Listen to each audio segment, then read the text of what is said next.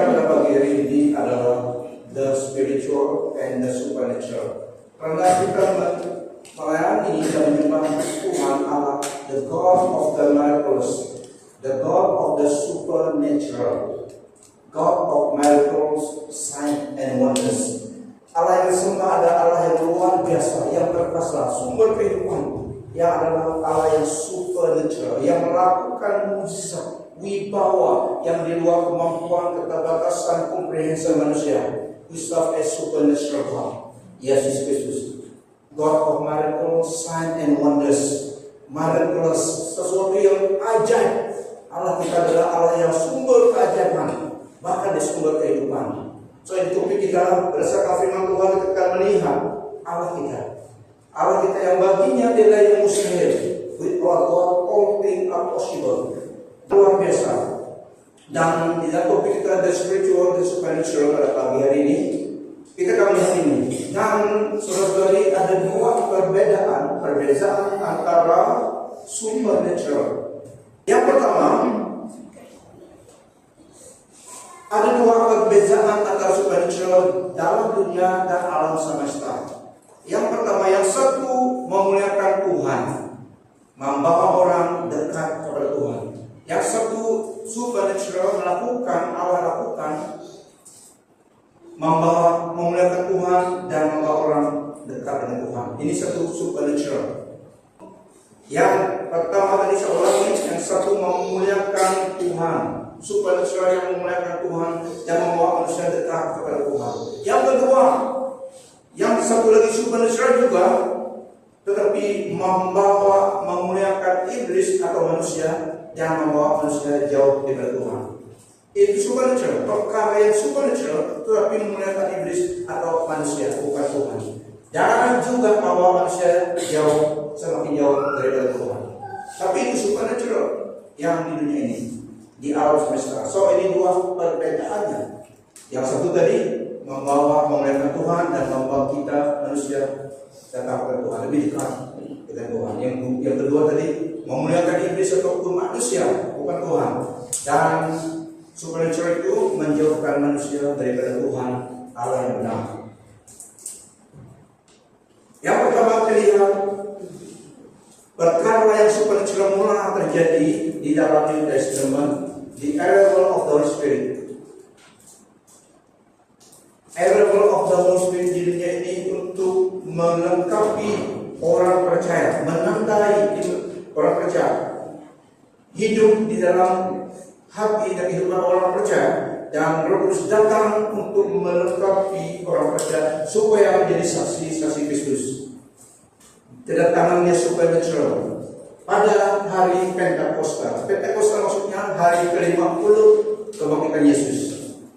Yesus datang dan dia bangkit 50 hari setelah bangkit, itu artinya Pentakosta. Kisah Rasul 2 ayat 1. Apabila tiba hari Pentakosta, mereka semua bersama-sama di suatu tempat. Maksudnya mereka berkumpul dan tempat di gereja seperti kita ini.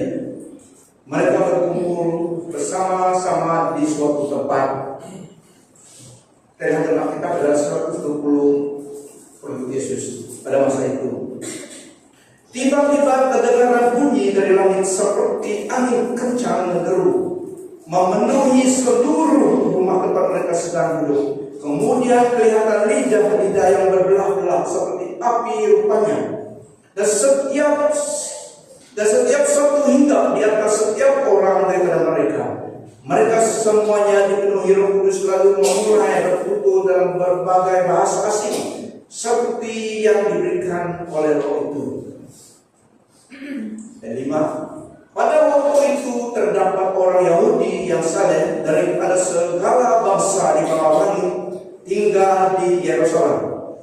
Apabila mendengar bunyi itu, mereka datang beramai-ramai lalu tercengang ataupun heran karena masing-masing mendengar orang bertutur dalam bahasanya. Mereka heran dan takjub lalu berkata sesama sendiri, bukankah semuanya yang berkata-kata ini orang Galilea? Kenapa untuk Yesus rata-rata pada masa itu orang Galilea, 120 orang pada masa itu. Mereka heran Bukankah semua yang berkata-kata ini orang Galilea?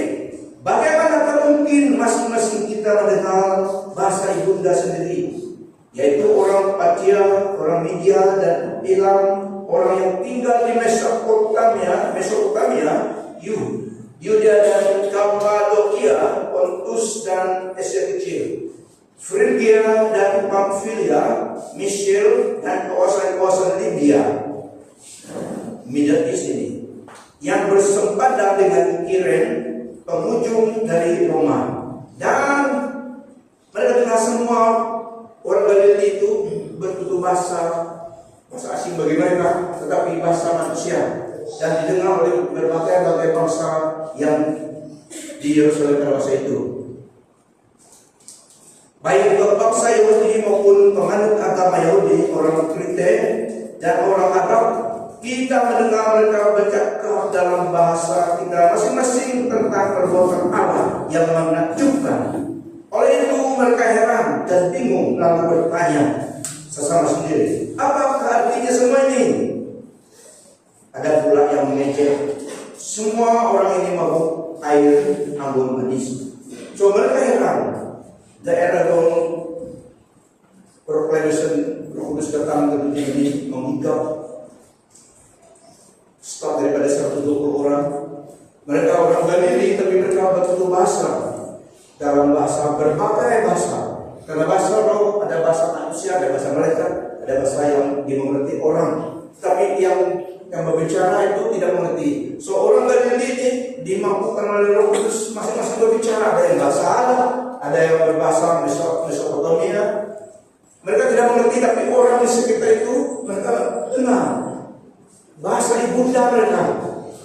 Kayak ada di situ, di mata di situ pada masa itu.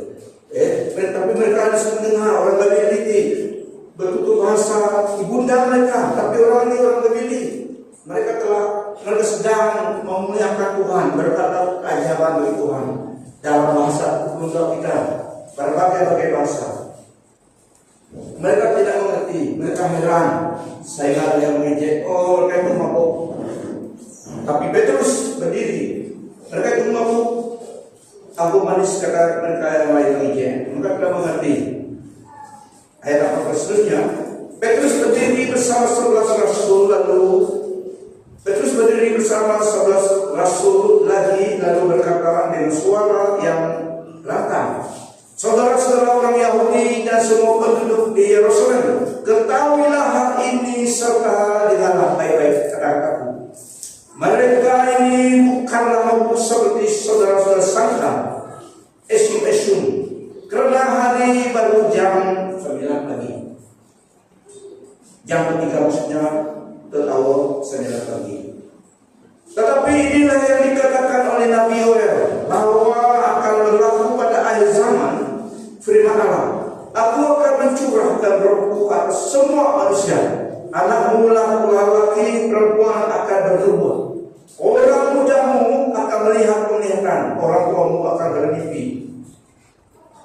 Dan ke atas hambaku lelaki perempuan aku akan mencurahkan rohku ketika itu, lalu mereka bernubuat. So ini supernatural berlaku di dunia pada hari Pentakosta. Roh Kudus datang, dia dengan demonstrasi kuasanya seperti angin, dan diberikan karunia-karunia kepada 120 orang itu. Supernatural. Bahasa mereka tidak mengerti, tapi dimampu oleh Roh Kudus mereka dapat bahasa orang lain, bukan bahasa mereka. Orang Galilea tapi berbahasa Arab. So orang yang mendengar mereka paham, mereka mengerti apa yang diucapkan oleh orang Galilea. Mereka sedang memuliakan Tuhan, berkata tentang keajaban Tuhan. Nah itu yang pertama yang Allah kita lakukan, God of the supernatural. Yang kedua saya ingin sampaikan, Filipus waktu dia pelayanan di situ tempat, kita lihat dalam Kisah Rasul 8, ini adalah supernatural transportation. Dia pelayanan di sini tapi diangkat oleh Roh, terus pindah ke tempat lain. Divine supernatural transportation yang dilakukan Philip dalam pelayanannya. Setelah dari sini dipindahkan, tak perlu flight, tak perlu kereta helak, terus dialihkan oleh Roh Kudus Tuhan, oleh Roh Tuhan sampai ke tempat yang lain dan terus menginjili di situ. Kisah Rasul 8 ayat 37 sampai 40. Filipus berkata, ini dia sedang encounter dengan satu orang besar yang sedang balik daripada Yerusalem. Dia balik berdoa di Yerusalem, dia balik ke tempatnya di kotanya. Dia sedang dalam kereta kuda chariot, dan waktu dalam perjalanan Roh Kudus suruh dia pergi ke tempat Gazarot. Dia pergi situ dan jumpa orang besar ini balik berdoa dari Yerusalem. Dia ada driver tapi chariot, kuda yang naik kereta itu. Jadi dia pergi mendekati dia dan sedang baca dalam kitab Yesaya 55 tentang Tuhan Yesus, tapi dalam perjanjian lama dia tidak mengerti.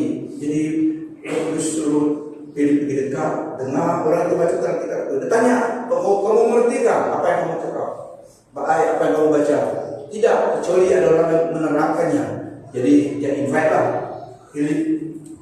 Filipus naik atas keretanya dan dia bicara ini tentang Tuhan Yesus. Dia telah datang dan demikian sering-sering kabar baik. So tentang sampai kepada baptis, orang percaya harus baptis. So inilah kisahnya. Filipus berkata, jika kamu percaya sepenuh hati kamu boleh dibaptiskan. Yunus pun sida itu menjawab, aku percaya bahwa Yesus itu anak Allah. Lalu dia mengatakan rata ataupun chariot itu dihentikan. Dia bersama Filipus turun ke dalam air, lalu Filipus membaptiskannya. Waktu on the road itu seperti jalan pergi ke Lapo dulu, ada pulau-pulau bertapung air situ. Karena harus ada air untuk baptis, kata Filipus kepada dia. So mereka jalan-jalan lihat, ada air bertapung sana, boleh kasih baptis? Jadi Filipus tanya dia, jawab dia, kalau kamu percaya sungguh, kamu boleh baptis. So mereka turun daripada kereta kuda itu, pergi ke pulau, tepi pulau di sana ada air. Masuk ke pulau dan Filipus baptis dia. Setelah mereka keluar dari ada air, Roh Tuhan mengambil Filipus dari situ. Sida itu tidak melihatnya lagi, lalu meneruskan perjalanan dengan sukacita. Filipus mendapati dirinya di Asdod. Dia meneruskan perjalanan sambil menyampaikan Injil di segala kota hingga sampai ke Kaisarea. So ini kisah supernatural. Orang hina keputusan senjata tidak melihat Filipus lagi telah disappear. Roh Tuhan membawa dia, divine transportation, terus landing ke satu kota Asdod. Dan di situ dia terus menyambungkan pelayanannya, memberikan Injil sampai ke Kaisarea. So saudara-saudara, ini adalah pekerjaan Allah kita yang supernatural, yang melakukan, yang heran, yang ajaib. Dan sekali lagi terlihat Prophet Elijah, seorang manusia biasa, berlari mengalahkan kelajuan kuda. Dia limpasi, dia lihat limpas sudah kereta kuda itu. Dia berlari, tidak masuk Olimpik, tidak ada rekor yang dapat menandingi Nabi Elijah. Karena Roh Tuhan, kuasa Tuhan ke atasnya, dia berlari, dia ikat jubah dia, takut dia terbang, ikat ketat pas berlari. Itulah orang movie The Flash, berlari begitu. So ini kisah benar, itu movie, tapi ini kisah benar. 1 Raja-Raja 18 ayat 84. Waktu itu setelah ada inkanta dengan nabi-nabi Baal atas Mount Carmel, inkanta itu membuat satu keputusan kepada orang Israel yang telah sesat pada masa itu oleh ajaran-ajaran sesat Baal. Dan pada masa itu Tuhan utus Nabi Elijah di situ. So atas Mount Carmel, jadi ada satu inkanta between prophets Baal, banyak mereka, dan dengan Nabi Allah, Nabi Elia pada masa itu. So So setelah mereka encounter bahwa Tuhan yang menurunkan api dari surga membakar korban itu, dialah Tuhan yang akan benar. Oke, kata mereka, so ada challenge. Kalau gagal, supaya membuka mata orang Israel, mereka tersesat. Mereka tahu yang mana Allah benar sudah, yang membawa keluar dari Mesir, mereka tersesat. Jadi pada masa itu Tuhan kirim Nabi Eliezer supaya membukakan mata mereka. Dan ada encounter. Semua Nabi Baal dikumpulkan. Dari pagi sampai berjam mereka telah memanggil Baalullah, jaga kami. Tidak sama saja situ. Sampai mereka korek-korek, banyak mereka juga keluar darah, tidak ada suara, tidak ada jawab. Nabi Eliezer olok-olok mereka, mungkin dia tidur, teriak lagi, mungkin dia tidur. Panggil-panggil tidak, sampai lemas saja dia buat sacrifice, susun semua itu 12 batu melambangkan 12 keturunan Israel. Dan letaklah binatang itu yang sebelah itu, dia suruh mereka buang air banyak-banyak sampai bercampur sampai air itu keluar basah sampai keluar itu juga mengalir di baik altar itu, tempat mesbah yang mereka akan bakar itu. Dan dipanggil supaya engkau melihat Allah yang benar kembali. Dia berdoa kepada Tuhan, Tuhan turunkan api dari surga membakar korban itu, dan juga semua air yang di sekitar itu di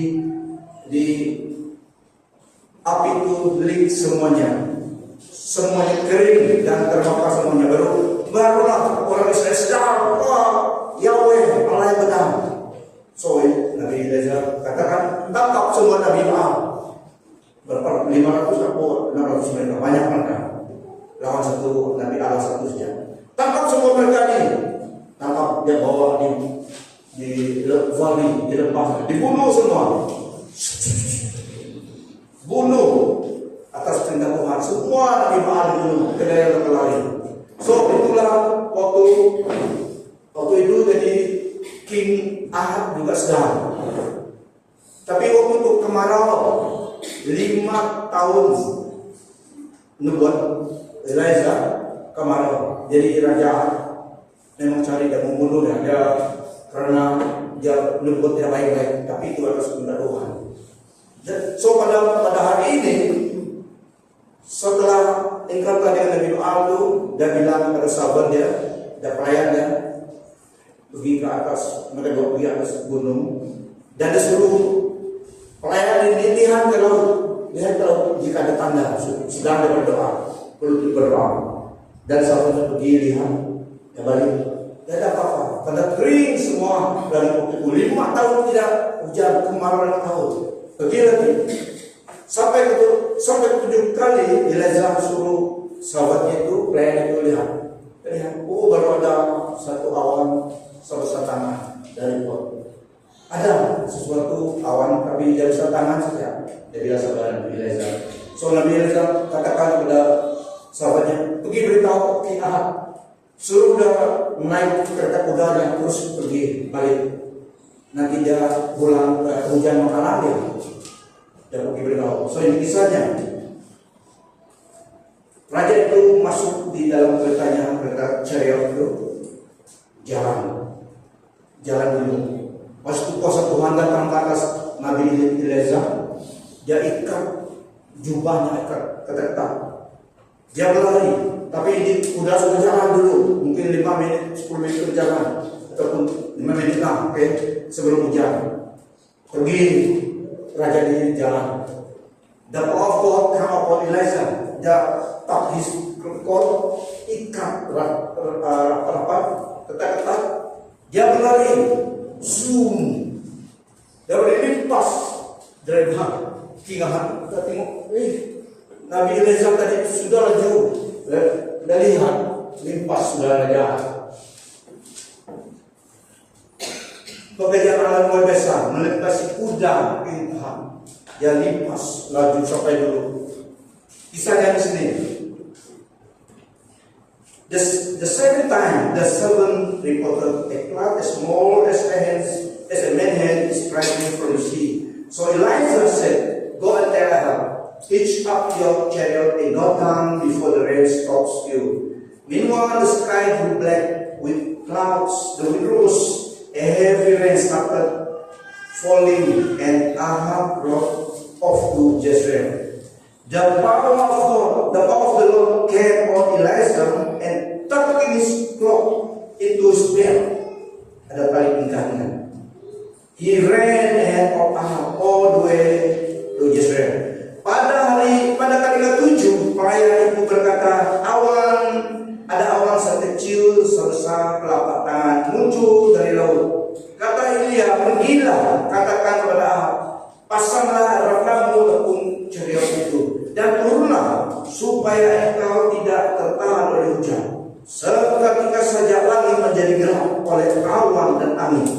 Lalu turunlah hujan lebat. Ahab menaiki ratanya lalu pergi ke Jezreel. Sementara itu kuasa Tuhan turun ke atas Elia. Dia menyingsing jubahnya dan mengikat pinggang, lalu berlari mendahului Ahab sampai ke jalan pintu gerbang Jezreel. Wow. Itulah ayat dari luar biasa. Sign of and wonders berlaku. Dan setelah Nabi Elijah sampai di situ, kisah yang sebelum hujan datang, waktu dia membuat 5 tahun kemarau itu, ini sudah hujan tadi, sudah ibaratkan tadi soal hujan, tapi yang kisah satu ini sebelum hujan 5 tahun kemarau. Jadi negara itu kering, air, susah cari air. Tuhan Allah suruh Nabi Elijah pergi ke satu tempat sungai, kamu sembunyi sana. Karena setelah dia berbuat, setelah dia proposal, karena proposalnya selalu tidak menyenangkan hati raja, dia lari. Akan kemarau 5 tahun, manggung. Atas perkataanku lagi baru ada hujan. Dia lari. Marah raja itu, karena tidak pernah mengucap yang baik-baik tentang negara saya. Tapi Tuhanlah yang kejahatannya yang jahat. So setelah dia berbuat, dia lari. Tuhan suruh dia pergi satu sungai. Ada nama sungai itu. Kamu duduk sana, sembunyi sana. Nanti burung yang hantar makanan. Wah, dari restoran Tuhan, burung hantar makanan Nabi Elijah. Nanti kamu minum di dari sungai itu. Sebelum sungai itu kering. Now Elijah the despite and Gilead said to Ahab, as the Lord, the God of Israel, whom I serve, there will be neither dew nor rain in the next 5 years, except at my word. Tuhan bilang kepada Nabi Elijah, karena sudah bertempat tuh dalam ayat 1 Raja 12, 3-4. Pergilah dari sini ke arah timur dan bersembunyilah di tepi sungai Kerit di sebelah timur sungai Yordan. Engkau dapat minum dari sungai itu, dan burung-burung gagak telah kuperintahkan untuk menyediakan makanan di sana. Wow. You can drink fresh water from the brook. I have ordered the ravens to feed you. Elijah obeyed God's orders. He went and camped in the Kerit Canyon on the other side of the Jordan. And sure enough, raven brought him his meal, both breakfast and supper. 2 kali makan sehari, breakfast and supper. Wow. Karena Nabi Elijah ini orang makan babi pasti ada juga daging, bread dan daging. Both breakfast and supper, and he drank from the brook. Burung-burung gagak membawakan roti dan daging, pada pagi dan juga petang hari, dan dia minum dari air dari sungai itu. Kalau kalian lihat terus kisahnya, bagaimana pada Palestina berlaku, mujizat ajaib berlaku di dalam Nabi Allah ini pada masa itu, kering sungai itu. Tuhan Allah perintah dia pergi ke satu tempat. Ke mana? Ke satu janda miskin. Dia akan memberi kamu makanan, kamu akan diam di rumahnya. Di situ Tuhan juga melakukan mujizat sehingga makanan, air, orang jajan dan anaknya, ada yang tidak habis-habis, sehingga minyak itu dijual membayar utang mereka. Tapi ini kisah sampai di sini, bagaimana Tuhan akan melakukan keajaiban supernatural berlaku, dan the spiritual and supernatural. Ini perkara yang supernatural. Kita lihat lagi supaya kita mengetahui dunia roh nyata dan dunia roh kekal daripada dunia yang sekarang ini. Dunia roh nyata.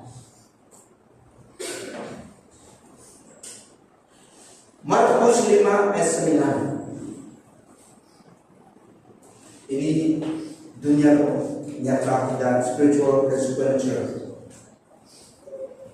Perkara yang supernatural, perkara yang rohani dan dunia roh berkuasa atas keadaan di dunia ini. Markus 5 ayat 9. Waktu Yesus pelayanan, dia sedang menyeberang sampai ke satu tempat, dan di satu tempat itu ada satu orang gila yang didiami roh-roh jahat yang kuat, dirantai, diputuskan. Dia diam di tempat kuburan. Rupanya roh sopa di tempat kuburan.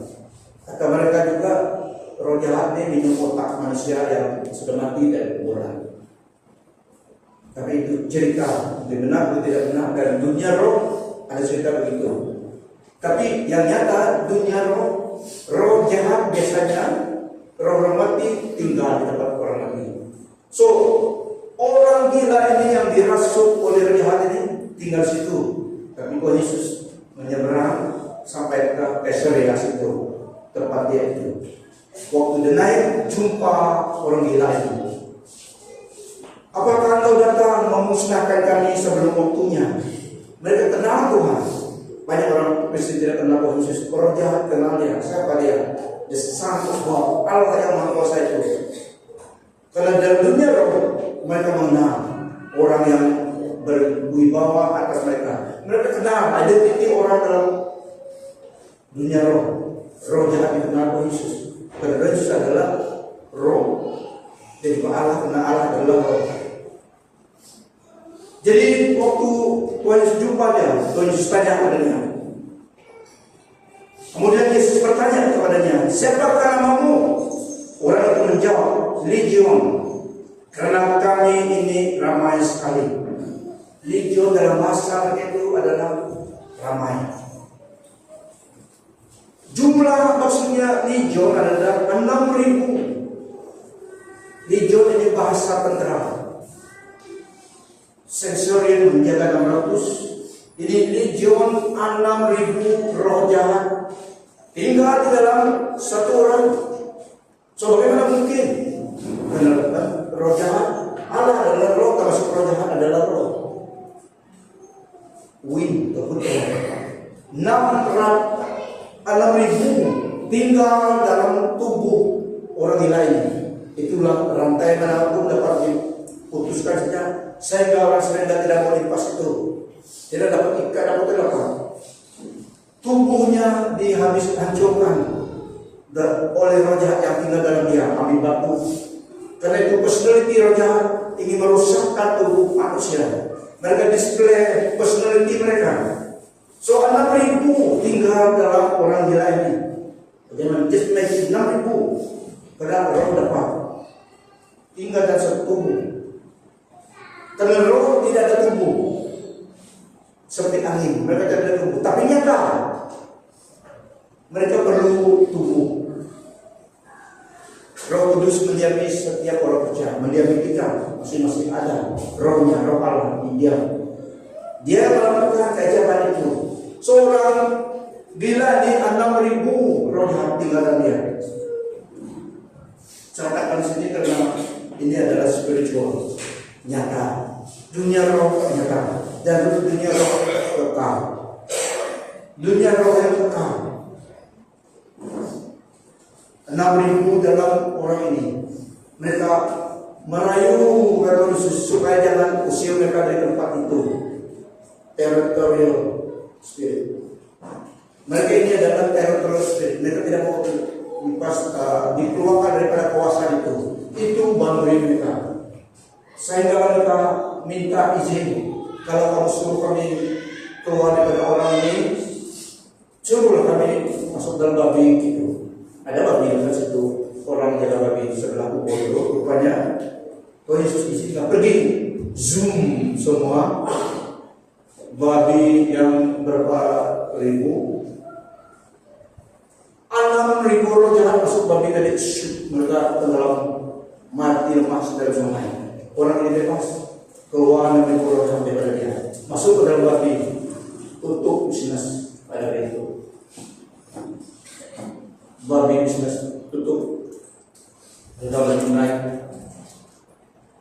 Roh jahat masuk ke dalam babi, babi mati lemas. So saya katakan di sini supaya kita dunia roh nyata.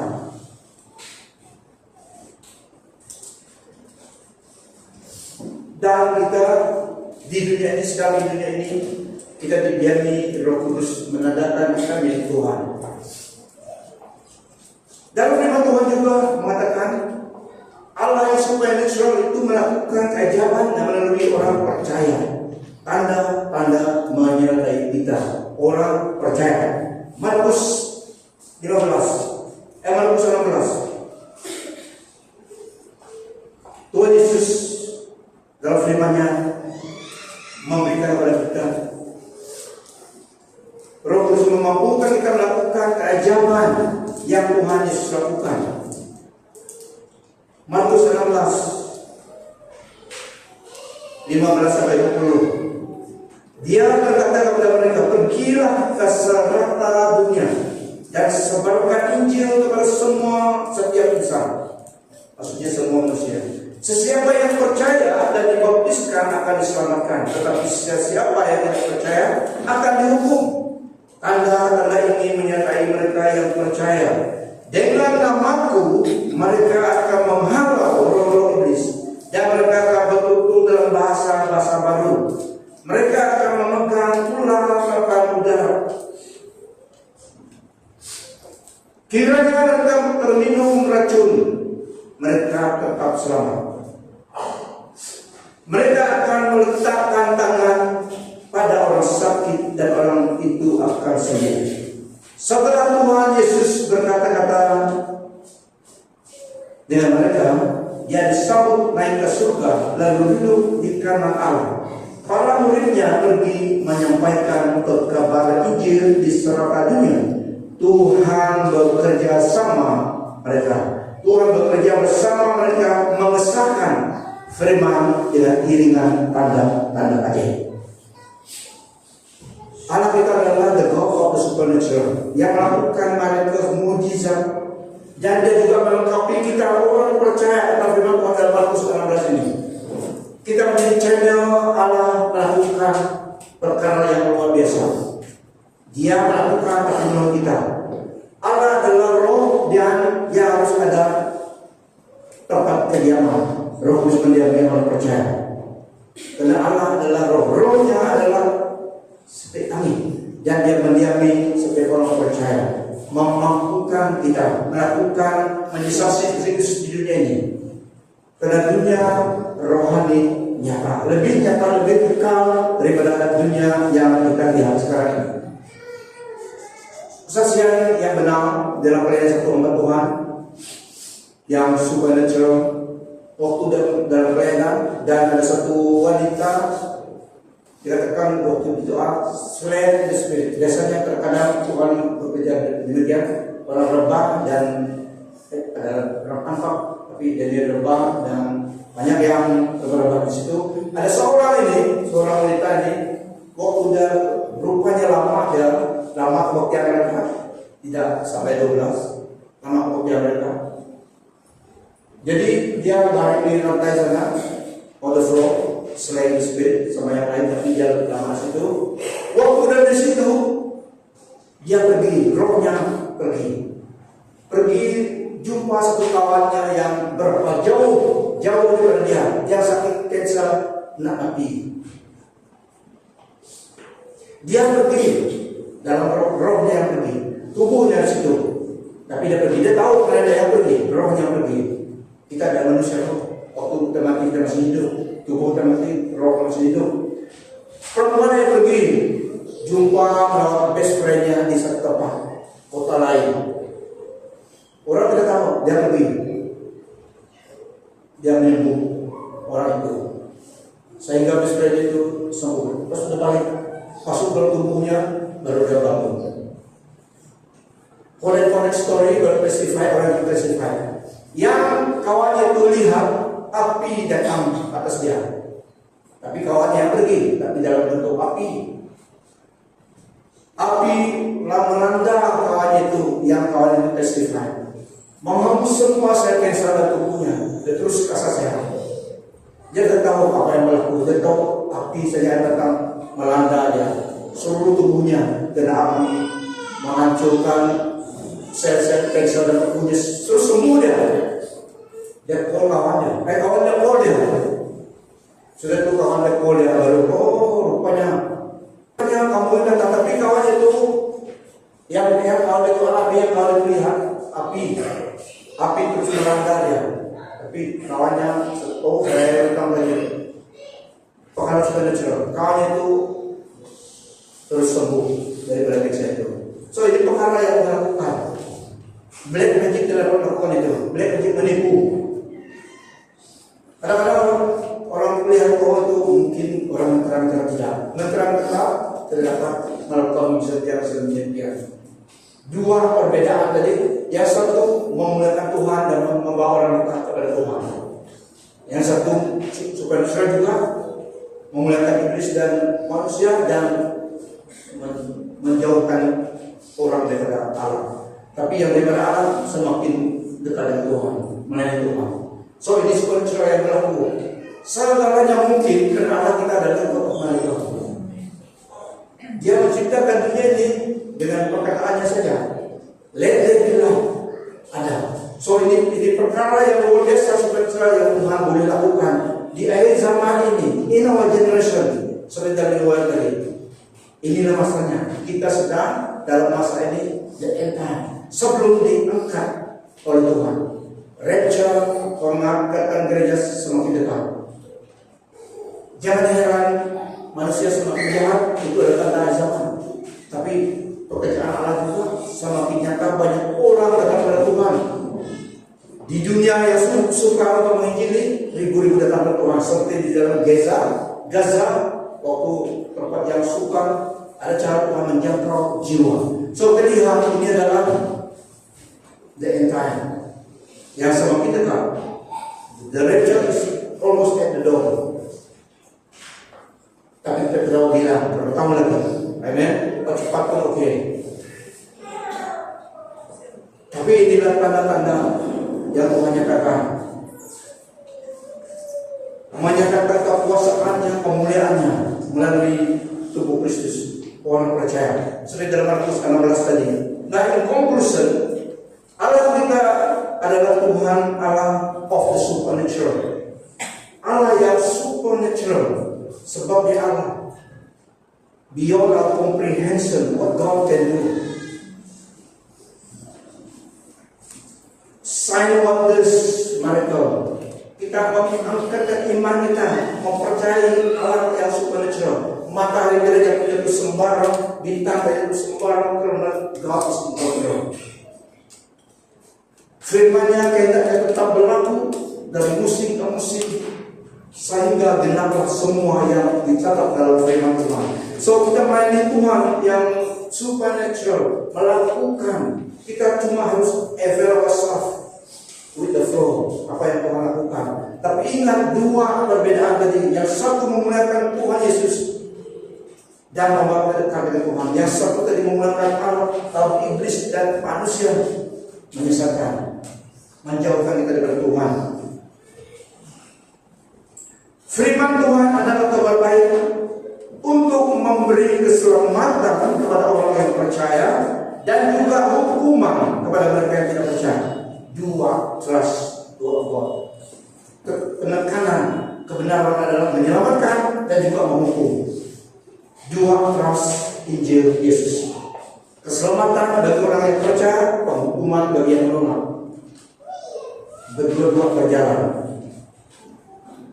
Roh Kudus meneguhkan pemberitaan firman Tuhan untuk memuliakan Tuhan Yesus Kristus dengan melakukan supernatural, miraculous, tanda-tanda ajaib melalui kita orang percaya Tuhan Kristus.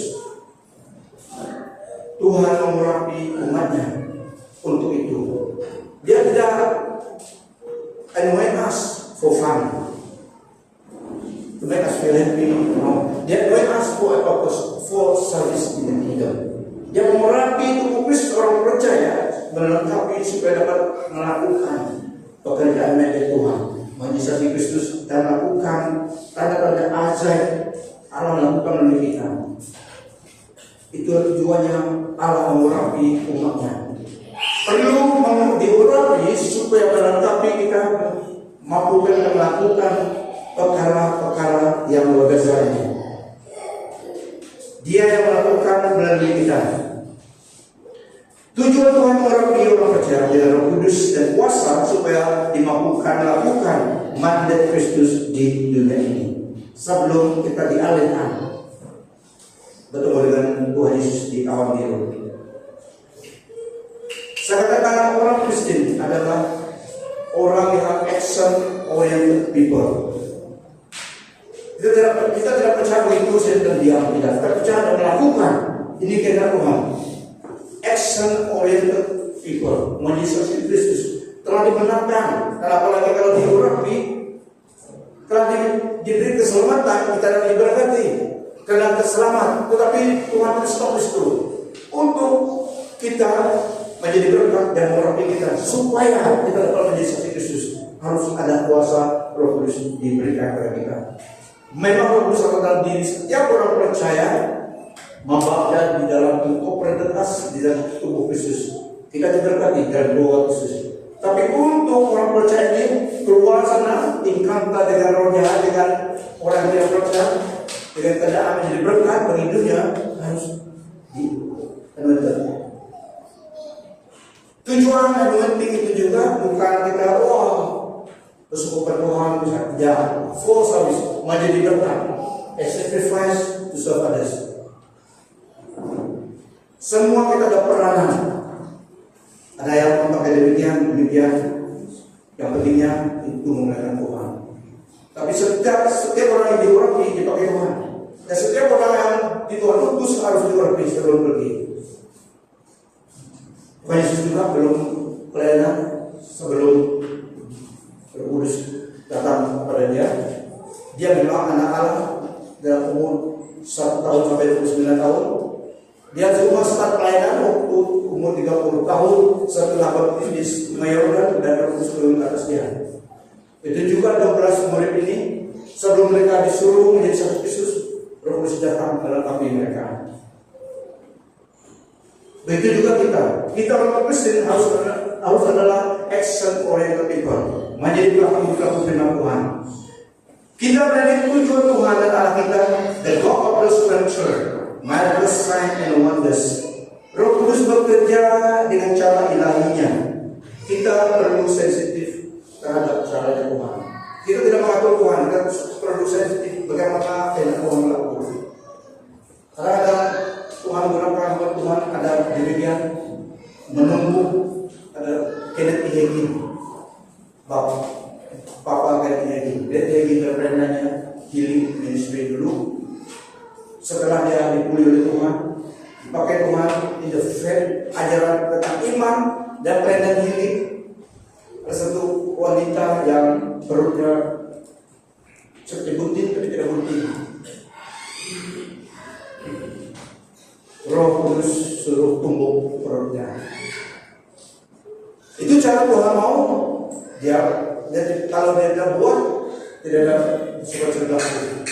Tapi untuk presiden dia bilang, Tuhan suruh saya buat ini. Pembantu. Jadi pembantu darah sama orang pegangannya, tapi dia tidak tumbuh.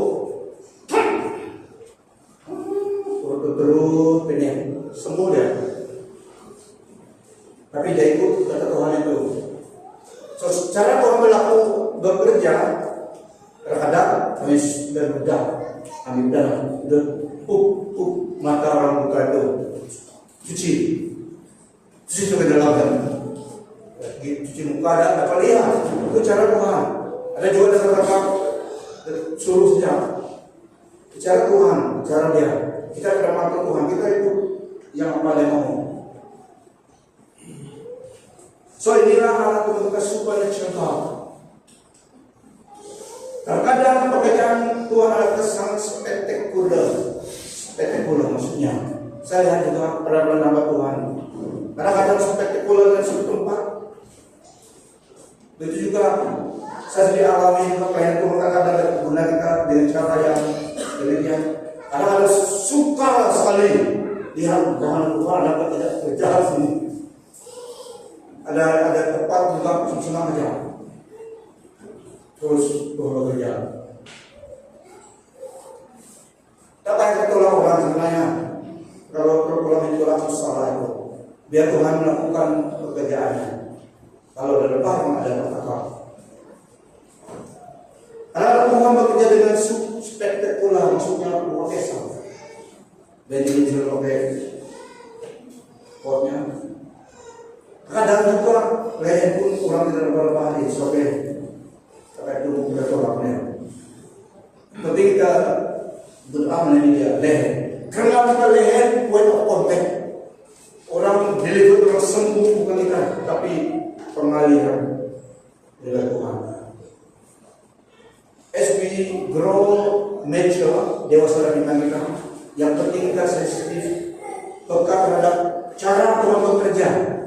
Kita tidak dapat rely on past sukses dalam Tuhan, cara Tuhan tidak apa yang dia mau pada hari ini dalam satu situasi.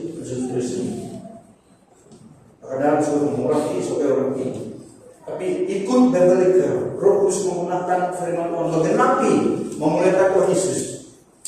So Allah kita adalah Allah yang supernatural. Kita yakin dan percaya Dia sanggup melakukan di luar komprehensi manusia. Sebab Dia adalah Allah. Saya akan mendoakan satu orang dulu baru dan iman. Tapi itulah kita belajar. Kita terus belajar. Sampai untuk anak orang ini kencing dia, tapi dia sembuh. Mama dan sama lalu dia terus pulang. Pernah ada sakit kan? Waktu ditimba, dia belum mau Tuhan ditimba dia. Karena kami berdoa, kita berkumpul saudara kita. Anak sakit, itu demam itu sakit. Dia bawa ada, dia di mana bawa ada, berdoa. Saya lihat atas dia.